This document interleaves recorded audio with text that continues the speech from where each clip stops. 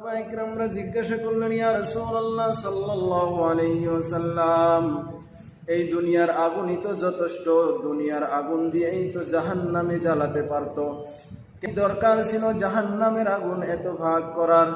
আল্লাহর নবী সাহাবাদেরকে বললেন, ও আমার সাহাবারা, তোমাদের এই দুনিয়ার আগুন হচ্ছে জাহান্নামের আগুনের 70 ভাগের 1 ভাগ।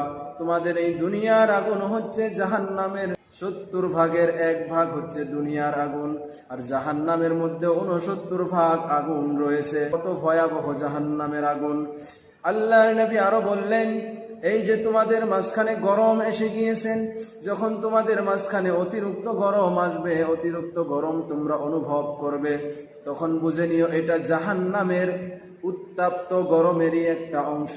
এটা জাহান্নামের তীব্রতা, উত্তাপ্ত গরমের একটা অংশ। আল্লাহর নবী আরো বললেন, ও আমার সাহাবারা, জাহান্নাম